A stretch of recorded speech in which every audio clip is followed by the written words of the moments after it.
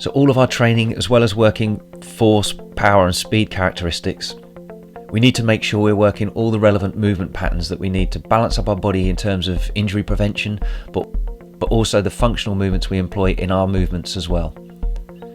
So a typical week should perform an equal number of sets and reps for all of these patterns. So we have knee dominant and hip dominant lower body movements. We have horizontal presses and pulls and vertical presses and pulls for the upper body, and then from the core we have anti-extension and anti-rotation, fixing those positions rather than creating flexion or rotation at the spine. If your core work constantly flexes your spine, you're going to damage it eventually, and modern sports science works more along the lines of creating stiffness and resistance through the core, and that creates more power into your striking techniques as well. So that's what we want. So we actually resist the movement. We're anti-extension and anti-rotation in the movements that we do.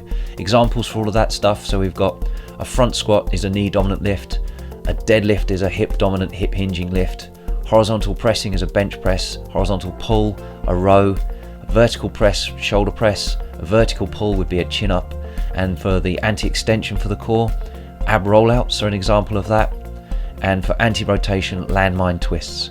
We're going to make sure we get all of those movement patterns in your program each week, and each session we're going to target your whole body as well. So no isolated muscle groups. We're not doing this bodybuilding style. We want whole body work twice a week at least here.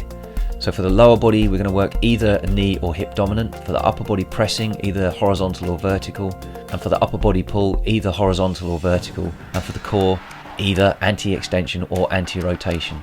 So each session will target one of those, and we make sure over the whole week both have been covered.